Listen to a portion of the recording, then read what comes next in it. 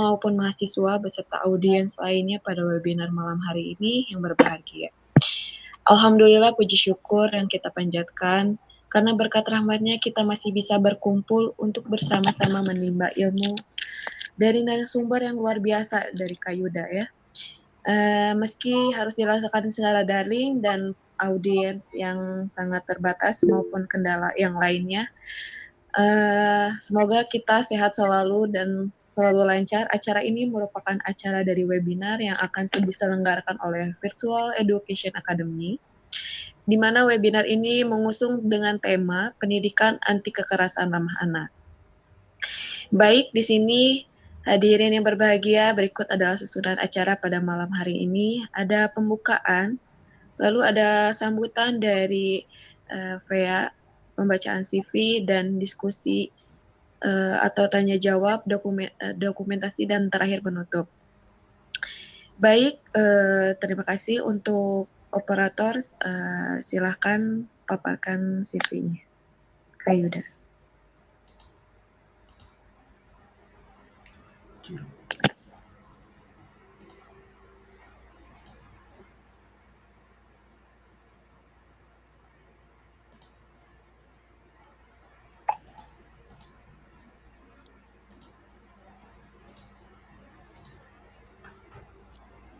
Kepada operator, dipersilakan untuk share screen. Share screen. Share screen.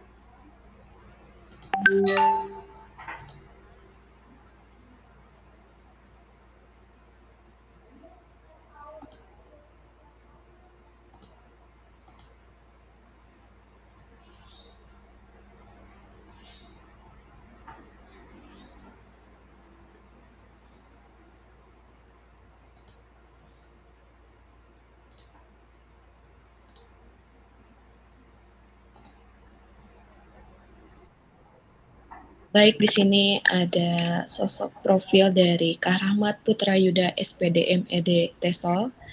Dari riwayat pendidikan, beliau memperoleh S1 Pendidikan Bahasa Inggris di Universitas Tanjung Pura dan S2 Master of Education TESOL University of Wollongong, Australia.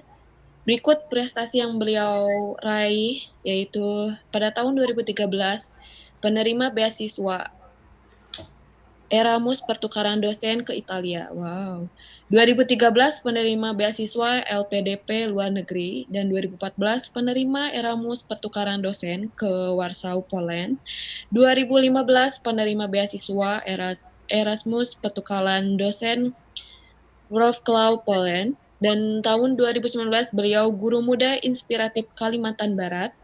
2020 beliau guru inspiratif Kalimantan Barat dan 2020 International Award of Contribution in Education di ESA. 2021 Top One kontribusi bidang pendidikan nasional LPDPMG. Beliau juga pernah saya baca, pernah mendaftarkan 118 beasiswa ya Kak Yuda. Dan beliau juga sebagai PNS Pemda Kota Pontianak, guru bahasa Inggris SMPN 13 Pontianak. Wow. Dan yang kedua ada dosen NIDK dari Universitas Pancabakti Pontianak.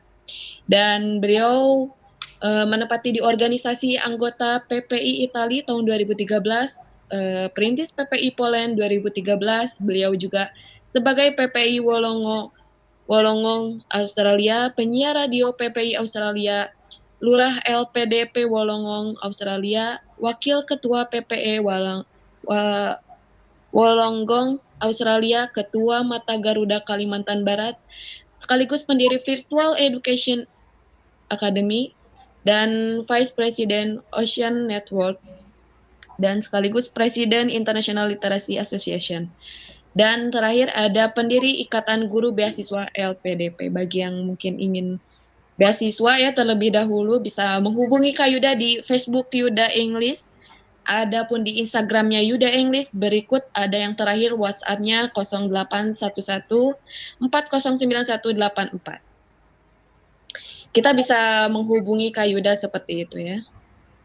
Dan berikut kita sambut saja yang kita tunggu-tunggu dari sambutan untuk Kak Yuda ini ya sebagai karahmat gitu. Mungkin kita sebelum ke presentasi atau ke narasumber, boleh memperkenalkan diri secara langsung atau bercerita tentang kesehari-hariannya. Gitu. Terima kasih. Oke Mbak Galuh, terima kasih. Salam virtual semuanya, Bapak Ibu, guru maupun ada yang mahasiswa. Saya ucapkan terima kasih. Assalamualaikum warahmatullahi wabarakatuh. Selamat malam, salam sejahtera buat kita semua. Malam hari ini tema yang akan disampaikan berkenaan dengan anti kekerasan yang mungkin menjadi tema besar untuk webinar ini, dan webinar ini memang bagian dari program dari komunitas Virtual Education Academy yang ada di PMM atau Portal Merdeka Mengajar. Oleh karena itu pastinya harapannya juga setelah Bapak Ibu ikut program ini akan ada hasil sertifikat yang bisa digunakan untuk Bapak Ibu mengajukan e-kinerja atau mengajukan poin untuk mendapatkan e-kinerja. Oke, mungkin kalau memperkenalkan diri, jadi singkatnya saya seperti Bapak Ibu, ya, juga guru yang juga kesehariannya juga ngedosen, yang juga di organisasi, beberapa organisasi. Nah, ini bagian dari beberapa program sosial kita yang memang sudah kita langsungkan atau kita adakan dari sejak tahun 2021. Itu program kita sudah merambah ke seluruh Indonesia. Bahkan sekarang jumlah total dari peserta kita atau anggota kita itu 20.000, yaitu dari guru dan dari dosen dari seluruh Indonesia. Jadi mungkin singkatnya itu perkenalannya, yang harusnya sudah pada kenal lah, karena saya ngelihat dari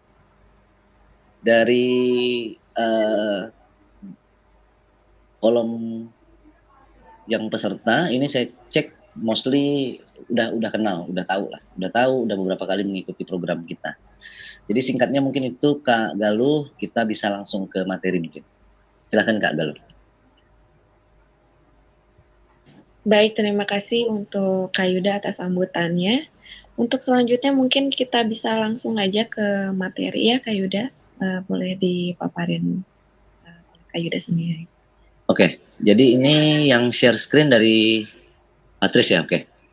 Jadi hari ini Bapak Ibu, ini temanya adalah pendidikan anti kekerasan. Yang memang digadang-gadang oleh Kementerian Pendidikan untuk bisa diterapkan di sekolah, yang saat beberapa bulan lalu Kemdikbud itu mengeluarkan beberapa program namanya TPPK.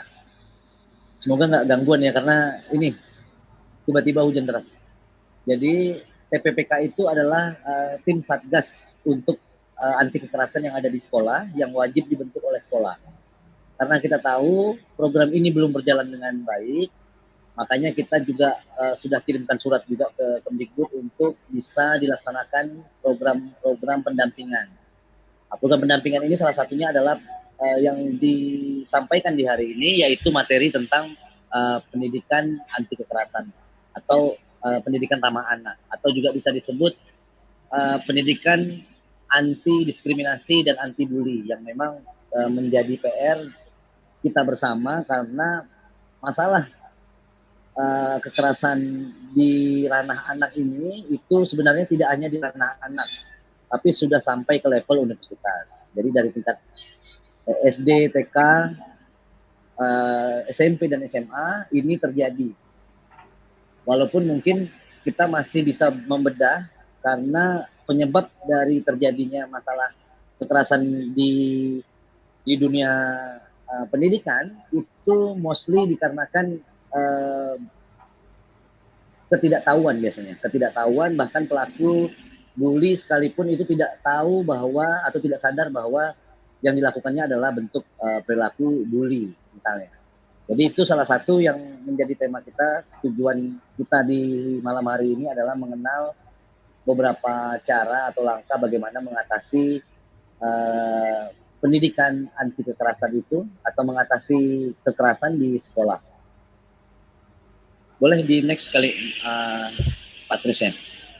Oke, jadi awal dari kegiatan ini adalah kita mengembalikan hak anak sesuai dengan tupoksinya masing-masing. Tupoksinya usia, kembalikan tupoksi kepada usianya sesuai dengan kebutuhan. Jadi bahkan masalahnya saat ini sudah merambah atau sudah berkembang, itu tidak hanya di sekolah, tapi dimulai dari rumah bahkan. Karena tadi ketidaktahuan dari para orang tua. Ini harusnya temanya juga bisa parenting, karena kita juga pengen informasi ini sampai kepada orang tua. Nah, seringkali kesadaran ini tidak disadari oleh orang tua. Biasanya orang tua hanya berfokus kepada tujuan. Tujuannya adalah si anak menuruti atau si anak mengikuti maunya. Tujuan itu yang biasanya membuat kegiatan atau tindak atau sikap kita itu menggunakan atau melanggar keramah anak atau keramah tamahan kepada anak. Nah, jadi ada beberapa praktik-praktik budaya yang mungkin kita perlu ketahui, misalnya anak kalau tidak mendengarkan orang tua itu boleh dipukul misalnya, walaupun pukulannya tidak menyakitkan secara fisik misalnya. Itu bentuk kelonggaran atau toleransi biasanya yang dilakukan oleh orang tua sepanjang tidak melukai, tidak meninggalkan bekas, itu dibolehkan. Dan biasanya dianggap efektif dikarenakan ada perubahan-perubahan dari si anak. Padahal faktanya perubahan yang dilakukan oleh si anak itu dikarenakan takut atau terpaksa melakukan itu. Walaupun banyak yang mengatakan bahwa dari keterpaksaan itu akan memunculkan kesadaran. Tapi jangan salah juga bahwa banyak kesadaran itu justru tidak tercapai, tidak tercapai dalam jangka waktu yang singkat, yang mana justru yang ditinggalkan adalah trauma-trauma tersendiri oleh si anak. Oke, silahkan next. Oke, yang pertama mungkin yang perlu dikenali adalah kita perlu mengenal hak-hak yang melekat pada anak.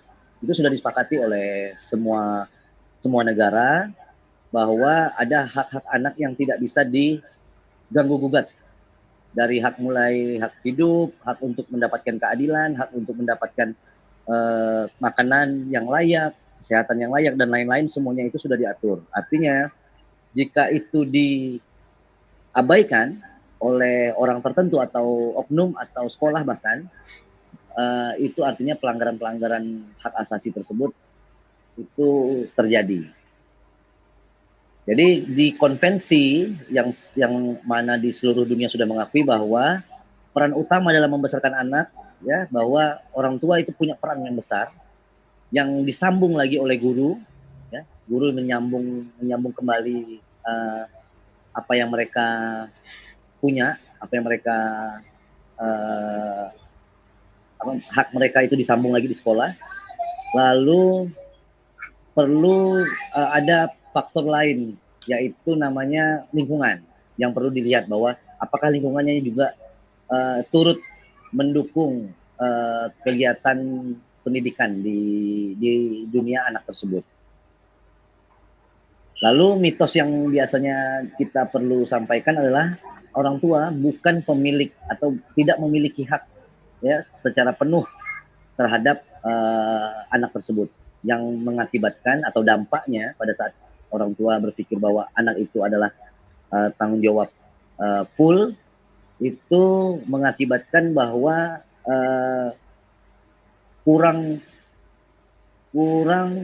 bisa menempatkan posisinya. Jadi kalau tanggung jawab secara full kepada anak itu benar, tapi kalau memiliki anak secara full itu yang mungkin perlu redefinisi ulang. Apakah bentuk kepemilikannya itu artinya berhak dilakukan semena-mena atau berhak dilakukan sesuka hati misalnya. Nah, itu yang perlu diredefinisi. Jadi definisi yang paling benar adalah orang tua mempunyai tanggung jawab mutlak, namun untuk kepemilikan itu tidak serta-merta kepemilikan yang dimaksud itu membuat orang tua dapat melakukan apapun. Mungkin itu. Next. Oke, ini hak-hak anak yang sebenarnya sudah kita sama-sama tahu, cuma ini hanya untuk menguatkan. Jadi hak untuk bertahan hidup, mengembangkan potensi.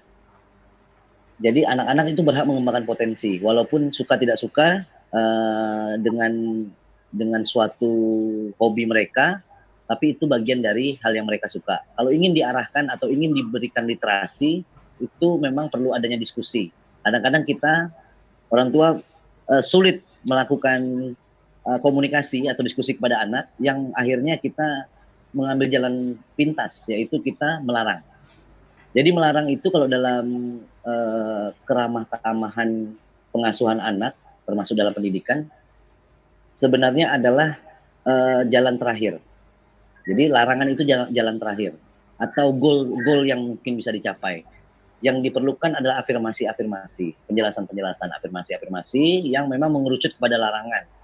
Tapi larangan itu bukan berarti disampaikan secara mutlak melarang, tapi itu hasil kesimpulan dari si anak pada saat diskusi dengan orang tua atau diskusi dengan guru tersebut. Oke, jadi selanjutnya hak untuk mendapatkan makanan dan tempat tinggal yang layak, termasuk air bersih dan lain-lain. Lalu perawatan kesehatan, rekreasi, ini artinya mungkin waktu mereka bermain ya, bahasa yang lebih mudah kita mengerti itu waktu bermain mereka, waktu mereka untuk benar-benar bisa rileks dengan diri mereka sendiri. Lalu kegiatan budaya, informasi tentang hak mereka, harga diri, dignity lah istilahnya, dignity untuk anak-anak. Jadi anak-anak walaupun kecil mereka punya dignity yang mungkin sulit kita ukur di kasus-kasus tertentu. Di kasus-kasus tertentu itu bisa terlihat. Lalu kekerasan dan penelantaran, eksploitasi, kekejaman, hak untuk berpartisipasi dalam pengambilan keputusan, mengutarakan pendapat, dan lain-lain. Intinya anak-anak walaupun pendapatnya mungkin belum bisa dipakai sebagai acuan, namun memberikan porsi untuk mereka bicara itu wajib. Itu wajib, bukan berarti menggunakan keputusan tersebut menggunakan pendapat mereka, tapi memberikan space, memberikan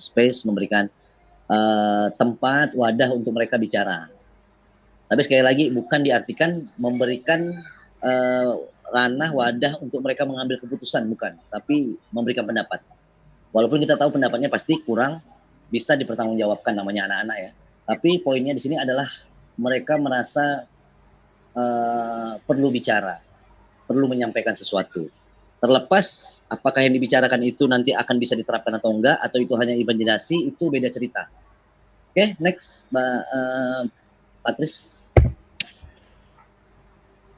Oke, jadi banyaknya orang tua, survei juga banyak diambil dan dibuktikan bahwa disiplin yang dilakukan untuk mendisiplinkan anak itu adalah menggunakan cara-cara dengan cara-cara tertentu, misalnya dengan hukuman, dengan pukulan, dengan ketakutan dan lain-lain. Itu masih dianggap paling populer, dianggap paling efektif. Tapi nyatanya itu bentuk pelanggaran hak anak. Nah, tapi apakah ada solusi untuk masalah disiplin ini? Ada. Jadi disiplin itu sebenarnya kalau dikaji lebih dalam adalah bentuk suatu pola, suatu struktur yang sistematis dilakukan oleh seseorang. Artinya kalau itu dilakukan dengan cara yang lain, dengan tujuan yang sama, yaitu tetap menghasilkan sesuatu yang baik, yang terstruktur, terkonsep, itu juga namanya disiplin. Nah, oleh karena itu, disiplin yang ingin kita sampaikan hari ini adalah bagaimana disiplin yang efektif. Tapi kalau disiplin yang spontan atau yang instan, itu memang dengan cara tadi. Kalau dia salah, langsung dihukum. Artinya si anak itu pasti secara otomatis akan takut. Itu namanya instan. Instan ini tidak membuat kesadaran secara penuh apa yang dilakukan oleh anak itu sesuai dengan keinginan dia. Yang membuat itu biasanya temporary, itu bersifat sementara. Dia akan kembali ke pola sebelumnya jika pengawasan tidak diberikan. Itu dampak buruk dari disiplin pola instan tadi, yaitu dengan cara pukulan dan lain-lain. Dan dampak selanjutnya itu adalah dia akan meninggalkan bekas secara psikologis atau secara fisik ya, misalnya luka dan lain-lain. Tapi secara psikis yang kita bahas itu sangat membahayakan. Walaupun tidak kelihatan, biasanya dampaknya muncul pada saat dewasa. Karena tidak kelihatan, makanya praktek ini terus terjadi karena tidak langsung kelihatan dampak buruknya muncul, itu nggak langsung kelihatan. Jadi saran dari pertemuan ini atau diskusi malam ini termasuk pemaparan dari meeting ini adalah bagaimana kita mencari solusi tetap menunjukkan kasih sayang, tapi tetap juga bisa membentuk anak mempunyai karakter yang baik. Nah itu tujuannya. Oke, selanjutnya next. Ya ini tantangan-tantangan yang mungkin bisa kita pelajari. Jadi gangguan-gangguan yang mungkin dimiliki oleh anak itu yang menjadi tantangan dalam menerapkan cara-cara yang positif misalnya atau cara-cara tertentu. Karena ada beberapa anak yang memang dilahirkan dengan kondisi tertentu, dengan punya masalah-masalah tertentu yang memang butuh treatment tertentu. Tapi semuanya mengerucut dengan cara yang baik.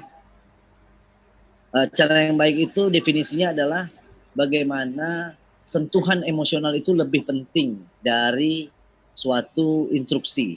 Jadi instruksi itu nomor 2. Instruksi misalnya dia harus belajar, dia dilarang nonton TV terlalu lama, itu instruksi namanya. Tapi langkah yang awal yang perlu dibentuk itu bagaimana sentuhan emosional itu hadir. Nah, jadi kalau diambil kesimpulan, guru yang paling utama itu adalah orang tua. Orang tua itu adalah guru seumur hidup dari seorang anak. Walaupun peran itu disambung di sekolah oleh guru, namun peran yang utama sebenarnya dari orang tua. Makanya biasanya guru tidak bisa berperan secara optimal kalau ternyata ada problem itu di rumah. Kadang-kadang guru punya permasalahan. Termasuk gaya guru mentreatment seorang siswa itu biasanya dipengaruhi juga bagaimana treatment anak ini dari orang tuanya. Orang tua yang biasa memukul, biasanya di rumah, kadang-kadang agak kesulitan guru untuk memberikan kelembutan karena dia terbiasa menerima suatu yang keras. Nah, jadi agak sulit kalau guru diminta untuk mengajar dengan sempurna, namun kondisi lainnya adalah siswa tersebut atau anak tersebut justru mendapatkan hal yang mungkin sangat berbeda di sekolah. Jadi tidak sinkron. Nah, jadi saran dari kita dalam diskusi ini, kita ingin ada sinergi sebenarnya antara orang tua dan guru. Jadi tidak timpang, metode pengajarannya tidak timpang. Positif di rumah, positif di sekolah. Artinya itu menjadi sinkron dan anak bisa menerima dengan baik pesan-pesan yang diberikan guru karena sinkron dengan cara orang tua juga di rumah. Oke, next mungkin. Oke, jadi disiplin positif atau tidak positif itu di sini bisa dituangkan. Jadi disiplin positif itu adalah bagaimana pola asuh itu membuat anak sadar melakukan suatu hal atau meninggalkan suatu hal yang mungkin nggak bagus. Dilakukan secara sadar. Berbeda hal dengan disiplin non positif atau tidak positif itu dia meninggalkan sesuatu yang mungkin tidak baik itu dikarenakan ketakutan tersendiri, yang membuatnya mereka akan tetap mencari cara untuk melakukan hal tersebut karena mereka belum menyadari bahwa hal tersebut buruk atau tidak misalnya. Makanya misalnya contoh hukuman berat itu adalah pelaku pidana misalnya narkoba. Itu kejahatannya sampai saat ini secara hukum Indonesia itu hukumannya berat sekali. Tapi faktanya itu masih terus terjadi dan berulang, termasuk dilakukan oleh para remaja. Karena apa? Karena yang dibangun adalah ketakutan doang, tidak ada kesadaran. Kesadarannya itu kurang sampai pesan tersebut kepada siswa. Yang sampai kepada siswa adalah rasa takut. Jadi dia tetap melakukan itu sampai sekarang. Datanya adalah pelaku pengguna narkoba itu masih tinggi. Mau hukumannya diperberat macam seperti apapun itu tetap terjadi. Ini adalah suatu dampak yang bisa dilihat bahwa kesadaran itu bisa menghindari orang untuk berbuat yang buruk bisa dihindari secara otomatis. Namun sebaliknya kesadaran justru yang membuat anak atau seorang anak itu bisa lebih tertib dalam melakukan sesuatu. Ini misalnya ada survei lah ya. Jadi ini survei kita menjelaskan afirmasi ke anak sekolah SD pada saat itu. Kita minta bahwa jangan membuang sampah sembarangan. Lalu kita berikan pertanyaan, kalau lihat sampah, apa yang mereka lakukan? Mereka bilang, semuanya menjawab 100%, itu menjawab bahwa kalau ketemu sampah pasti dibuang tempat sampah. Esok harinya, pagi, itu kita hamparkan sampah di depan kelas mereka masing-masing. Yang mana tempat atau lokasi itu mereka lewati. Faktanya tidak ada satupun siswa yang mengambil sampah tersebut dan memasukkan ke tempat sampah. Semuanya hanya lewat aja. Itu menunjukkan bahwa kesadaran yang diminta atau dituntut itu nggak sampai. Kita masih dalam ranah menjawab, bagaimana menjawab dengan baik aja. Jadi anak-anak kalau ditanya itu pasti jawabannya pasti bagus. Tapi setelah diuji sikapnya belum sampai ke sana. Itu bisa disimpulkan bahwa kesadaran belum sampai. Jadi membangun kesadaran itu gampang, harus dengan uji. Kita menguji apakah ini udah sampai dalam ranah kesadaran mereka atau mereka menghindari ini atau melakukan ini hanya karena takut. Itu bisa dicek dengan survei-survei yang tadi seperti yang saya sampaikan tadi. Oke, next, Mbak Patris. Oke, memberikan kehangatan pada anak. Ini suatu yang mungkin tidak lazim dilakukan oleh orang tua di tahun 70-an atau 80-an. Itu tahun-tahun di mana orang tua memang punya rata-rata ya, nggak semua tapi rata-rata itu punya gaya parenting yang keras di zaman dulu. Yang mana minim kehangatan. Nah, ini sebenarnya agak kontras dengan prinsip-prinsip agama misalnya. Di agama itu wajib mengajarkan dengan emosional atau dengan lemah lembut atau dengan kebaikan. Itu kayaknya hampir di semua agama. Walaupun yang bisa saya ambil di dalam dalam versi Islam misalnya, di Islam itu diajarkan kewajiban untuk mengajarkan dengan lemah lembut. Tidak boleh dengan paksa. Nah, itu salah satu yang bisa diambil. Jadi gaya atau budaya yang biasa yang kita lakukan itu sebenarnya tidak mewakili sikap yang seharusnya. Yang seharusnya adalah mengajarkan suatu ilmu atau mengajarkan suatu prinsip-prinsip hidup itu harus dimulai dengan kelembutan. Itu ada diajarkan di hampir semua prinsip keagamaan. Jadi kalau ada agama tertentu membawa label agama tapi mengajarkan dengan keras, udah pasti bukan agama, tidak mewakili agama sebenarnya. Karena agama yang saya tahu hampir semua agama itu mengajarkan dengan lembut. Nah, mengajarkan dengan lembut ini bisa dicek dari perintah-perintah dalam agama tersebut. Oleh karena itu sebenarnya kalau kita mengajarkan dengan kehangatan dan kelembutan itu sebenarnya kita mengikuti prinsip-prinsip agama sebenarnya yang tidak bertentangan. Tapi ada orang-orang tertentu mungkin yang merasa bahwa kehangatan itu mengajarkan anak untuk manja. Ada beberapa teori mengatakan itu atau beberapa pengalaman yang menyampaikan seperti itu. Padahal memanjakan anak beda dengan memberikan kehangatan. Jadi memberikan kehangatan itu artinya membangun komunikasi secara emosional. Itu maksudnya. Jadi bukan memanjakan. Beda lagi kalau memang memanjakan. Ini bisa dilihat bahwa dan bisa dicek, mengajarkan dengan hati itu ternyata 1000 kali lipat bisa membuat anak lebih paham pelajaran. Jadi teori merdeka mengajar misalnya yang bilang bahwa mengajar lebih baik dengan proyek, dengan P5, dengan macam-macam lah, dengan beberapa metode pembelajaran atau strategi pembelajaran itu tidak mutlak itu benar. Karena yang pertama kali landasan seorang guru agar bisa menjadi guru hebat itu sebenarnya bukan karena strategi pembelajaran yang digunakan, tapi passionnya. Jadi hatinya ada di dalam mengajar tersebut. Itu yang membuat anak mudah untuk menerima pelajaran. Ini banyak teori-teorinya bisa kita ambil. Jadi bukan berarti menentang program strategi pemerintah, tapi yang utama sebelum melaksanakan program-program atau strategi-strategi dalam pembelajaran itu yang utama adalah bagaimana guru bisa dipastikan punya passion di bidangnya. Jadi guru itu punya sense. Jadi nggak capeknya juga nggak terasa, mengajarnya juga menyenangkan karena dia punya sense. Tapi kalau mengajar dengan terpaksa, walaupun dengan menggunakan berbagai macam strategi pembelajaran, itu pastinya tidak efektif, tidak sampai kepada si anak. Oke, lanjut, next. Oh, sekian, oke.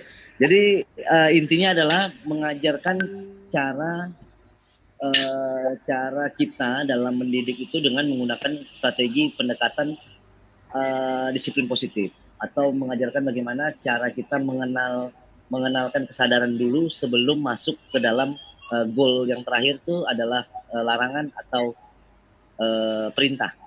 Jadi larangan dan perintah itu goals terakhir. Yang pertama itu membangun komunikasi atau membangun diskusi agar si anak menyadari kenapa dia harus meninggalkan ini, kenapa dia harus melakukan ini, dia perlu tahu alasannya. Kalau tidak diberitahu alasannya, hampir nyaris si anak tidak akan sadar mengapa mereka melakukan itu. Termasuk contoh, misalnya contoh ini di luar dari konteks ini sedikit. Contoh, hampir banyak anak yang saya tanya, misalnya mereka diajarkan untuk perintah sholat misalnya, itu melakukan sholat itu mereka nggak tahu mereka mau untuk apa. Pokoknya ini perintah aja. Itu berbeda sekali kualitasnya dengan orang atau anak yang menyadari bahwa dia sholat untuk apa, misalnya. Untuk bertemu Tuhan, untuk ini, untuk itu. Jadi mengenalkan kesadaran kenapa ini dibolehkan, kenapa ini dilarang, itu menjadi bentuk lawanan atau bentuk kita menyampaikan bahwa bisa loh pendidikan atau mendisiplinkan anak tanpa kekerasan. Itu poinnya mungkin.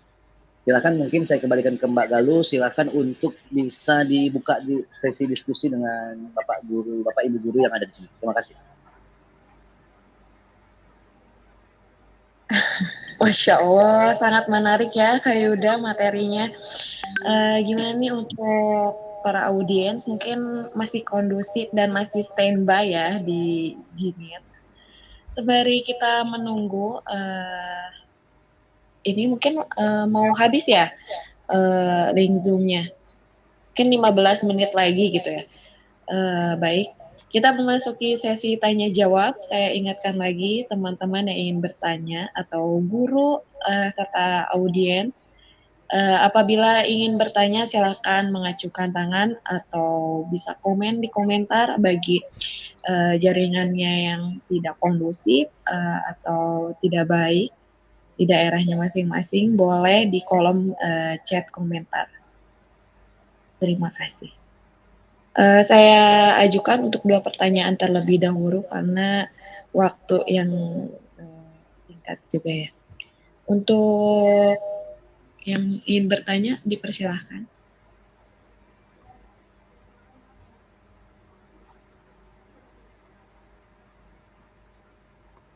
Mungkin saya beri waktu 1 menit untuk para audiens yang ingin bertanya.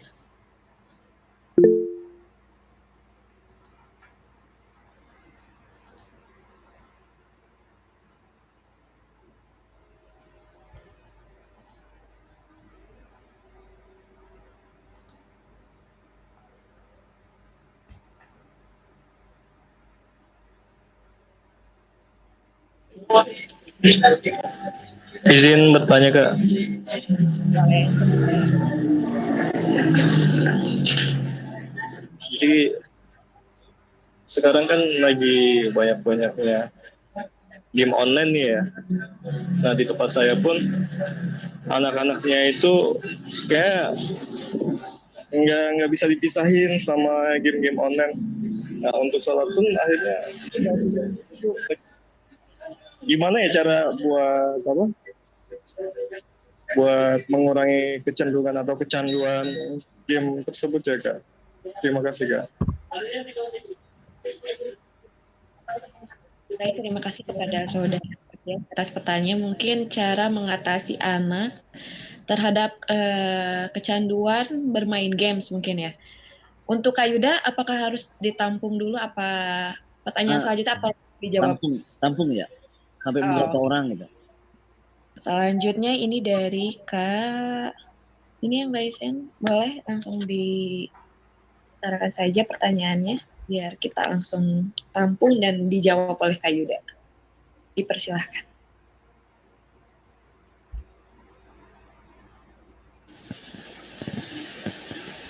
Permisi, apakah suara saya terdengar? Terdengar saudara Reski. Baik, terima kasih. Saya Rizky Hikmah. Pertanyaan saya itu mengenai parenting yang bagus itu seperti apa sih, Kak? Apakah harus dibentak-bentak agar anaknya jerah? Atau dengan cara lemah lembut ketika anak tidak paham dan mengerti apa yang diberitahu oleh orang tua atau guru? Karena sekarang itu banyak anak-anak yang ketika diberi pemahaman atau dididik atau kita menyampaikan sebuah pesan atau nasihat kepada mereka, mereka itu malah menanggapinya dengan tidak sopan atau respon mereka itu terhadap kita tidak sopan, dan malahan ada beberapa anak yang suaranya itu lebih tinggi ketika membentak orang tuanya dibanding ketika orang tuanya menyampaikan nasihat kepada si anak ini. Begitu, Kak. Oke, baik. Terima kasih kepada Reski atas pertanyaan yang berbobotnya. Mungkin pertanyaannya itu parenting yang bagus itu apa gitu ya, dari orang tua kepada anak, supaya anak itu jarak dengan baik mungkin. Apakah harus lemah lembut kah, atau keras kah gitu kan, apabila terus ketika diberi tahu mereka menjawab dengan tidak baik gitu, nada yang tinggi. Untuk Kak Yuda dipersilahkan, apakah berkenan untuk menjawab? Jadi dua pertanyaannya. Ya, mungkin nanti saya kasih di yang kedua kalau misalkan cukup waktunya. Oke, pertanyaan pertama, bagaimana cara mendidik anak yang kebetulan sudah kadung tuh benar-benar candu dengan game. Jadi pertama memang candu game itu sudah di tahap artinya sudah sangat super terbiasa. Makanya sebenarnya langkah preventifnya yang kita bahas nih, harusnya langkah preventif adalah jangan sampai bermain gadget itu berlebihan di waktu-waktu yang memang yang di waktu-waktu yang harusnya kita batasi. Karena timbulnya yang namanya kecanduan itu adalah sikap atau perilaku yang berlebih-lebihan. Kalau sudah dibatasi sejak awal, itu pencegahan dari suatu namanya kecanduan. Jadi kecanduan yang dimaksud itu adalah bentuk kebiasaan yang berulang, yang dibiarkan. Akhirnya jadilah kecanduan. Jadi kecanduan itu bukan sikap normalnya seseorang. Candu itu didesain sedemikian rupa adalah suatu pengulangan-pengulangan. Beda dengan kecanduan dengan suatu produk makanan ya, yang memang ada zat tertentu yang membuat kita ingin mengulang. Tapi kalau kecanduan dalam bentuk psikologis atau dalam bentuk sikap, candu, contoh saya candu nih, saya candu misalnya dengan nonton bioskop terus misalnya. Itu adalah tahap di mana dia sudah sangat terbiasa dengan nonton bioskop. Jadi langkah pencegahannya yang mungkin bisa kakak jawab adalah sebelum sampai ke ranah kecanduan harus dibatasi sejak awal, karena yang namanya kecanduan itu artinya sudah dibebaskan, sudah terlalu lama kebiasaan itu terbangun. Oke, jadi mungkin itu. Tapi kalau pertanyaannya udah terlanjur nih Kak, udah terlanjur ke kecanduan, itu berarti harus ada treatment tertentu, yang mana kalau dipaksakan di stop langsung, itu pasti akan berdampak juga sama psikologis. Perlu ada treatment, misalnya dengan treatment mengurangi hari demi hari itu dikurangi sampai benar waktu yang memang ditentukan. Dari yang harusnya 5 jam, pelan-pelan sampai 1 jam misalnya. Jadi harus ada langkah-langkah sederhana atau langkah-langkah yang perlahan. Tapi kalau sebelum itu kita bisa didesain kalau dilakukan dengan batas waktu tertentu. Jadi ada dua cara lah ya. Cara yang pertama preventif, cara kedua yang sudah terlanjur tadi adalah dengan cara membatasi perlahan-lahan. Nggak bisa langsung di stop karena akan ada luka tertentu juga yang dilakukan. Walaupun yang namanya kecanduan itu terlambat. Jadi walaupun terlambat tetap masih bisa diobati dengan cara tadi, harus ada treatment tertentu. Mungkin itu. Lalu yang kedua pertanyaannya bagaimana, apakah parenting yang baik itu dengan cara marah-marah gitu ya Mbak Galuh, kalau nggak salah. Benar Kak. Parenting. Parentingnya apa tadi? Lebih baik mana gitu ya? Iya, dimanja kah, di cara halus kah, atau mungkin harus dibentak-bentak gitu, Kak? Jadi anak itu tumbuh sesuai dengan apa yang dia lihat. Jadi parenting yang paling bagus itu adalah tauladan.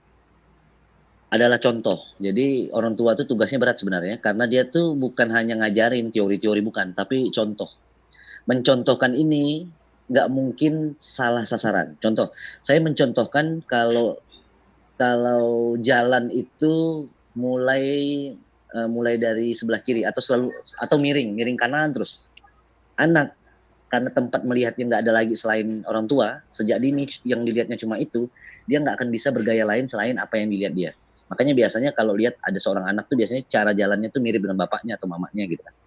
Karena sebenarnya anak itu kayak teko, dia tidak mungkin akan punya cara lain selain apa yang ada dalam teko. Jadi kalau tekonya itu diisi air putih, insya Allah yang keluar dari, bukan insya Allah, pasti yang keluar dari teko itu pasti air putih. Nggak mungkin harapannya masukin air teh keluar air kopi misalnya, itu nggak mungkin.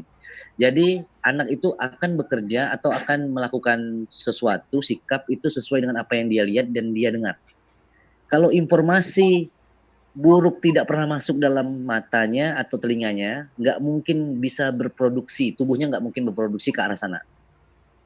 Jadi penularan penularan suatu sikap atau cara berpikir atau apapun dari seorang anak itu tidak jauh dari apa yang sering dia lihat.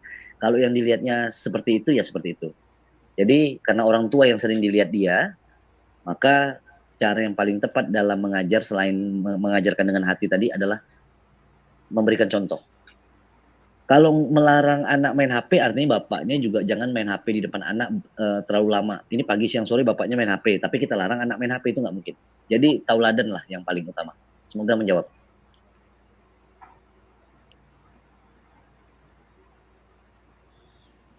Baik, Kak Galuh. Mungkin, Kak Galuh, maaf, Kak Yuda. Untuk ada pertanyaan selanjutnya, apakah boleh dilanjut atau bagaimana, Kak Yuda? Boleh, asal masih ada waktunya. Mungkin ini karena 5 menit lagi dan 4 menit lagi, saya kirim lagi di kolom set Zoom, di grup ya, kan karena udah pada masuk semua, saya kirimkan lagi ya. Boleh semuanya keluar dari Meet dulu sebentar. Pertanyaannya bagus nih. Bagus nih pertanyaannya. Saya Marianti, saya mau tanya bagaimana apabila anak tersebut dibesarkan di keluarga yang penuh kasih sayang, dalam arti dimanja oleh orang tuanya, seringkali anak yang besar dan dimanja menjadi anak yang keras kepala. Pasti. Ini beda kasus nih, nanti saya cerita lah. Jadi bedakan mengajar dengan hati, dengan kasih sayang, dengan memanjakan. Nah, itu dulu definisinya yang biasanya kita salah. Kita menganggap manja itu artinya kasih sayang. Enggak. Manja itu definisinya adalah memberikan apapun yang anak mau, berusaha yang anak mau, walaupun mungkin nggak baik atau apapun lah ya, kita memberikan kemudahan. Itu artinya dimanja. Kasih sayang beda lagi. Kasih sayang itu artinya sering komunikasi, sering ngobrol, ada emosional yang dibangun. Jadi definisinya beda nih. Jadi nggak mungkin kalau ngajar dengan kasih sayang langsung bisa diartikan dimanja. Nah, dimanja itu beda lagi karena sebenarnya dalam hidup itu kita perlu kenal, anak itu perlu mengenal rasanya ditolak oleh sesuatu, tidak mendapatkan apa yang dia inginkan dalam waktu yang instan misalnya. Atau apalagi ada beberapa sikap yang perlu anak kenal. Ajarin rasa kecewa, ajarin rasa bagaimana. Jadi intinya orang tua sebenarnya harus mengajarkan segala macam rasa agar anak mateng, punya segala rasa lengkap ya. Jadi rasa tuh kayak kotak-kotak di dalam diri seorang manusia. Kotak-kotak rasa ini mereka harus coba rasain walaupun kadarnya kita batasi. Kekecewaannya juga kita batasi, jangan sampai terlalu. Jadi yang namanya terlalu itu nggak bagus. Yang namanya berlebihan juga nggak bagus. Jadi untuk menghindari itu, anak perlu dikenalkan dengan berbagai macam rasa. Jangan hanya dikenalkan rasa yang indah-indah aja, karena faktanya mereka pada saat berkembang hidup sampai saat ini mereka juga sebenarnya nggak mudah-mudah amat. mereka mau belajar jalan aja, sehebat-hebatnya orang tua memberikan kasih sayang, mereka itu perlu jatuh bangun. Kalau anak kecil tidak diajarkan jatuh bangun dalam berjalan, insya Allah anak itu nggak akan pernah jalan sebenarnya. Karena dia pernah jatuh dan bangunlah akhirnya si anak itu akhirnya bisa berjalan. Kan semua anak itu mengawali jalan itu dari merangkak, pelan-pelan jatuh bangun, akhirnya dia bisa jalan. Tapi bayangkan kalau diasuh dengan pola dimanjain, semuanya harus digendong, diangkat, pasti anaknya juga tidak belajar kegagalan. Jadi gagal itu proses normal. Dari mulai dia belajar jalan, dia gagal untuk berdiri, itu juga bagian dari pembelajaran. Jadi sebenarnya belajar merefleksikan cara itu merupakan bentuk dari bagaimana mengenalkan rasa kepada anak. Itu sih. Oke Kak Yuda, di sini juga ada dari Mas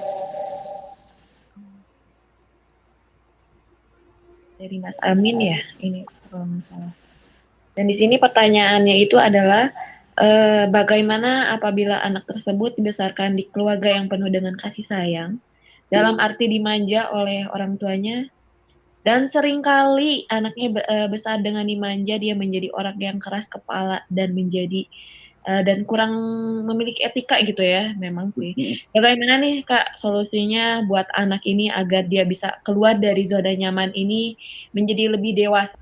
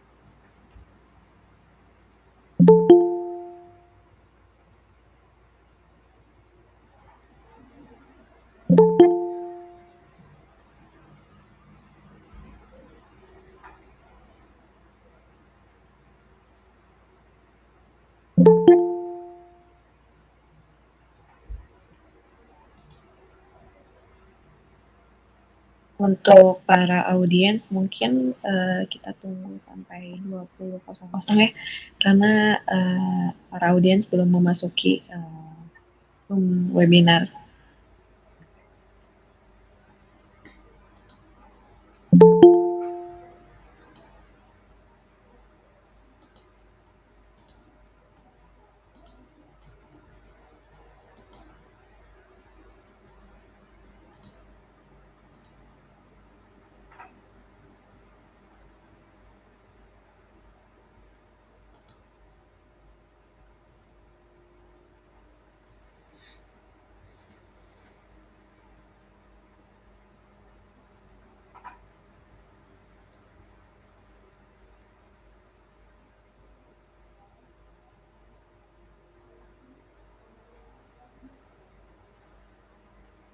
Baik, pukul 20.00 akan dibuka lagi untuk webinar. Mungkin apakah Kak Yuda sudah ada di room webinar?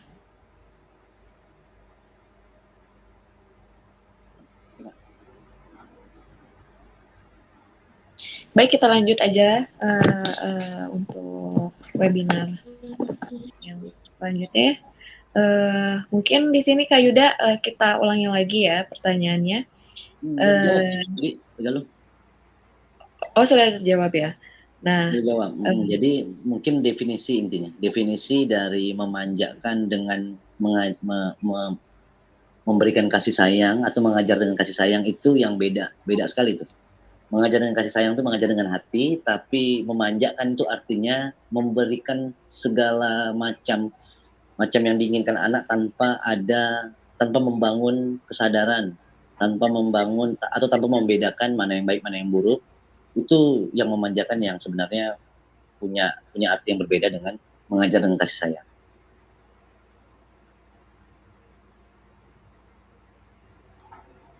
apakah suara saya terdengar, Kak Yuda? Tadi putus. Mungkin apabila ada yang dipertanyakan lagi, boleh dipersilakan untuk bertanya. Saya akan membuka pertanyaan untuk selanjutnya. Dipersilakan. Kepada saudari Tiara, dipersilakan.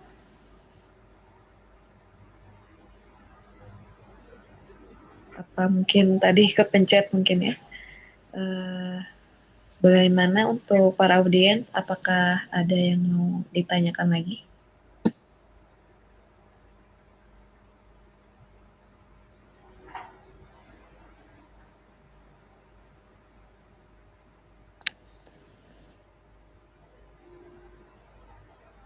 Mungkin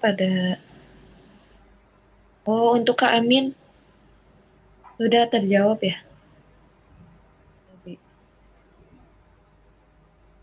Mungkin baru masuk Kak Yuda, Kak Aminnya. Kak Amin ini bukan, kalau yang tadi udah dijawab. Kalau yang tadi yang nanya bukan Amin. Yang Amin ini beda lagi pertanyaannya.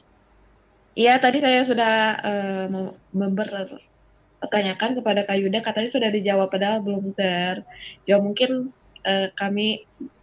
saya sendiri akan ulangi lagi pertanyaan. Boleh, ulangi.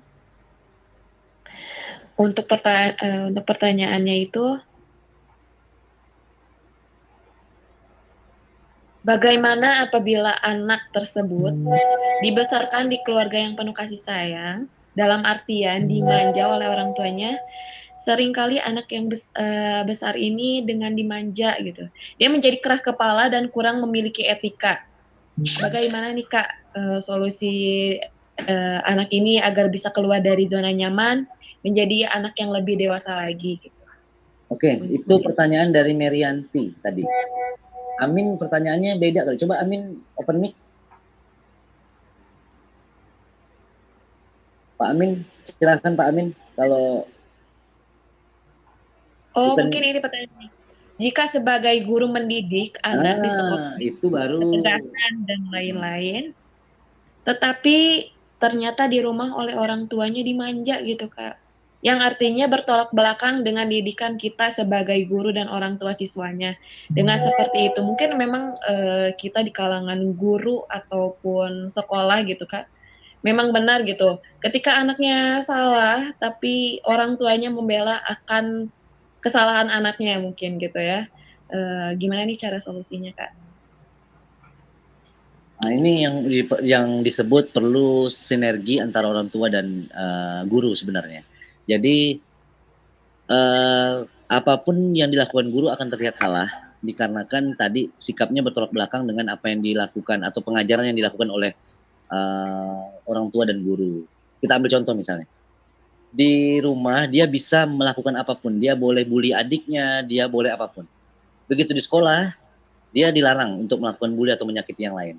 Ini akan anak akan sulit membedakan mana yang harusnya saya lakukan, mana yang tidak, karena di satu sisi dia dibenarkan melakukan itu di rumah, sedangkan di sekolah mungkin tidak. Nah, ini yang menjadi kesulitan bagi guru untuk melawan pola-pola yang mungkin bertentangan. Di rumah dia dibolehkan membuli siapapun lah, tapi di sekolah tidak. Nah, ini harus ada treatment tertentu. Yang paling utama sebenarnya adalah komunikasi antara orang tua dan guru. Jadi perlu adanya wadah untuk pertemuan antar guru dan orang tua, perlu ada penyampaian-penyampaian tingkah laku anak yang mungkin seharusnya tidak dilakukan tapi dilakukan, itu perlu disampaikan juga ke orang tua. Disitulah komunikasi terjadi.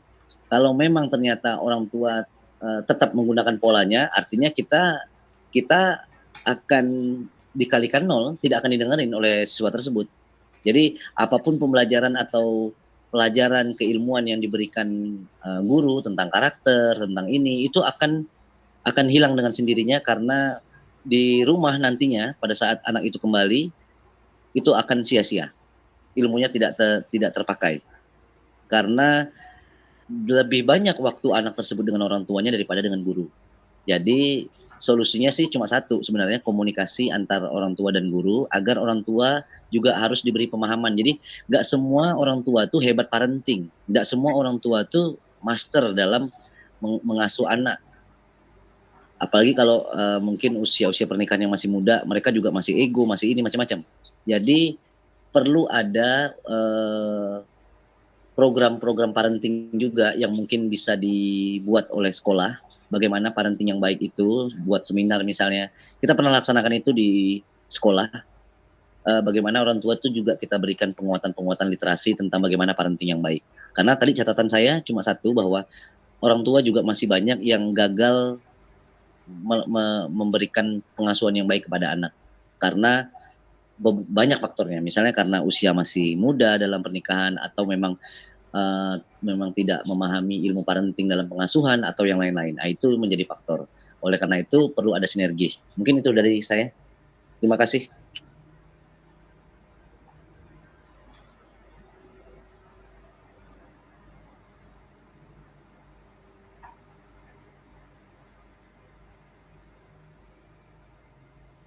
Silakan Mbak Galuh.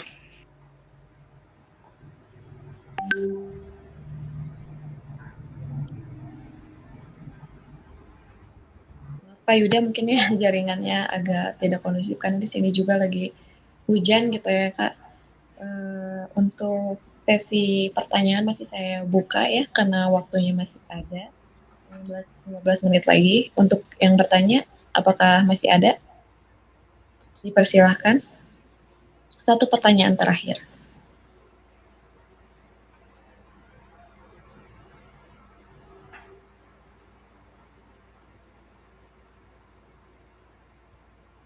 Mungkin cukup ya Kak.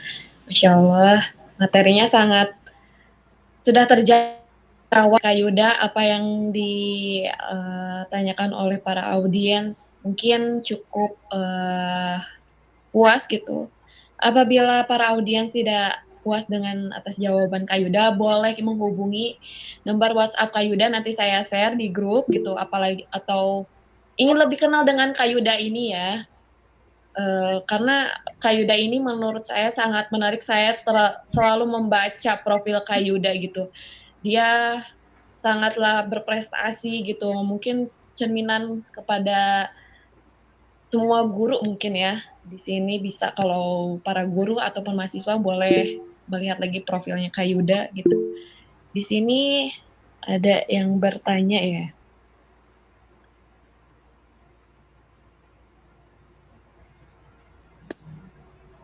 Aduh maaf jaringan. Saya baca aja lah ya. Saya bantu baca. Pak. Terima kasih Kak Yuda. Oke, jadi di sini suaranya berbayang. Mungkin mute kali Pak. Mute sebentar, oke. Jadi pertanyaannya adalah kenapa kids zaman now terlalu manja dibandingkan kids zaman old? Dan padahal orang tua di zaman sekarang itu sebenarnya adalah zaman old-nya keras. Apa penyebabnya? Oke.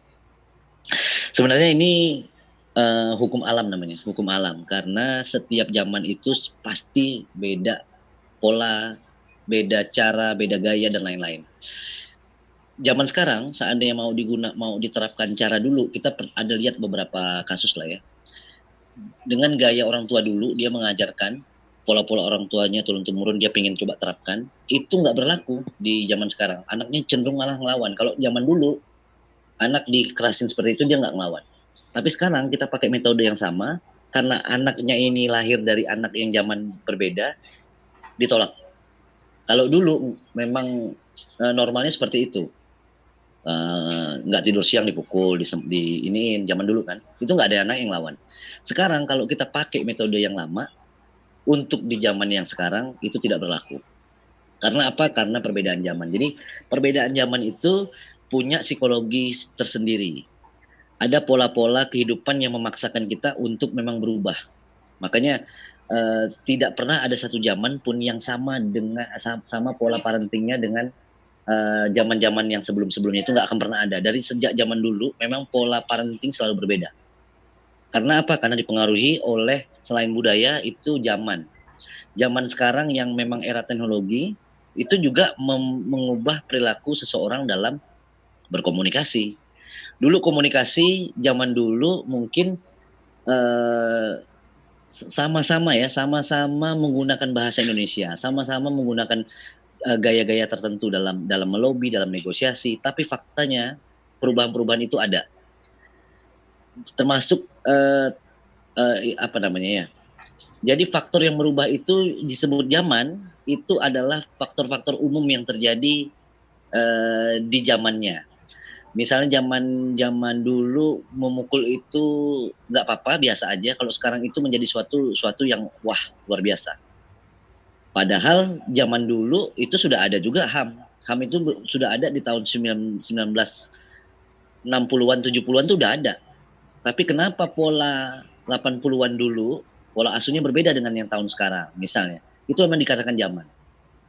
Dan tidak bisa dipaksa gaya zaman dahulu itu digunakan untuk zaman sekarang. Pasti tidak tepat sasaran dan tidak bisa merepresentasikan keberhasilan.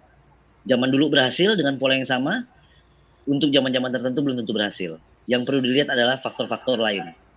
Kalau dulu rapot ngambil sendiri, zaman-zaman dulu anak-anak orang-orang tua zaman dulu kalau masih sekolah itu mereka kalau ngambil rapot sendiri. Zamannya berubah, ngambil rapotnya harus ada orang tua, bentuk ada pendampingan dari orang tua, itu rasanya bagaimana gitu. Nah sekarang kalau itu mau diubah misalnya dengan cara itu akan terlihat aneh. Kalau misalnya ternyata ada anak yang terlalu mandiri pergi ke sekolah. Kalau zaman dulu umur 6 tahun ke sekolah itu biasa. Kalau sekarang umur 6 tahun itu perlu didampingi orang tua, misalnya kayak gitu ya. Itu pola-pola perubahan-perubahan yang mungkin terjadi dikarenakan macam-macam. Nggak bisa kita bahas karena indikator perubahan itu macam-macam. Tapi yang jelas, tiap zaman itu pasti punya gaya yang berbeda-beda yang pastinya nggak bisa dipaksakan untuk tetap menggunakan cara yang lama atau cara yang kuno. Kalau masih dipaksakan pasti akan berdampak tidak baik juga terhadap anak tersebut. Misalnya contoh-contoh tadi masalah kekerasan lah yang mungkin dianggap biasa oleh si orang tua karena didikan kakeknya dulu, dia coba terapkan ke anak ternyata nggak cocok karena terjadi perubahan-perubahan tertentu. Mungkin itu jawaban saya, Kak Galuh.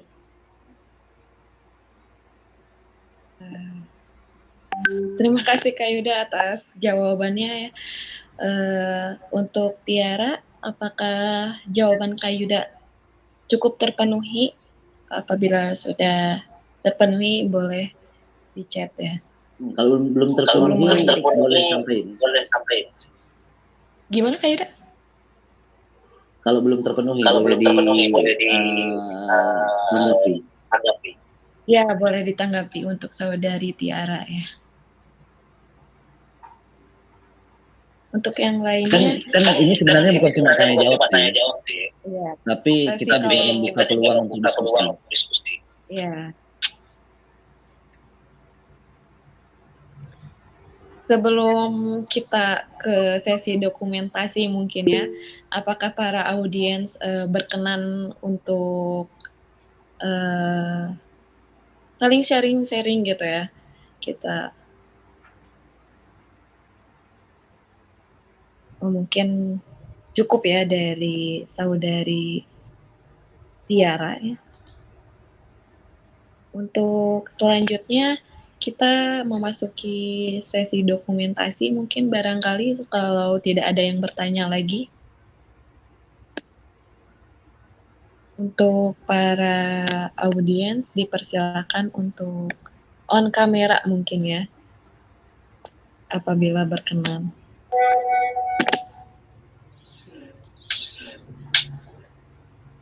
Oke. Mungkin dari operator sudah aman untuk kita screenshot gitu ya.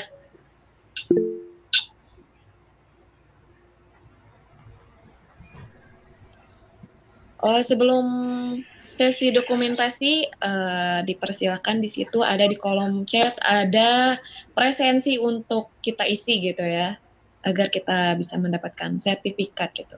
Mungkin untuk operator boleh open mic-nya untuk men-screenshot. Apakah saya yang harus berhitungnya? Oke. Untuk Patris, boleh saya hitung lah ya. Semuanya bergaya boleh, bebas gaya ya. 1, 2, 3.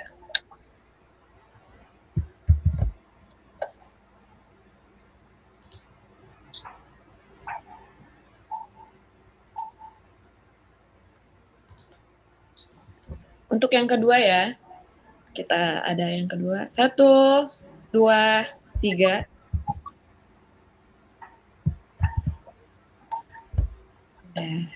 Terima kasih kepada para audiens. Alhamdulillahirrabbilalamin, kita selesai sampai di ujung acara.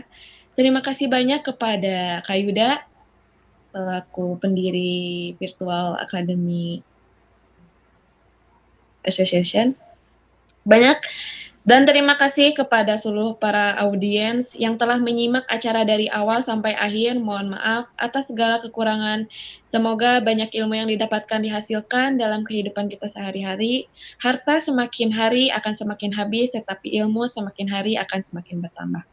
Wassalamualaikum warahmatullahi wabarakatuh. Waalaikumsalam warahmatullahi wabarakatuh. Warahmatullahi wabarakatuh.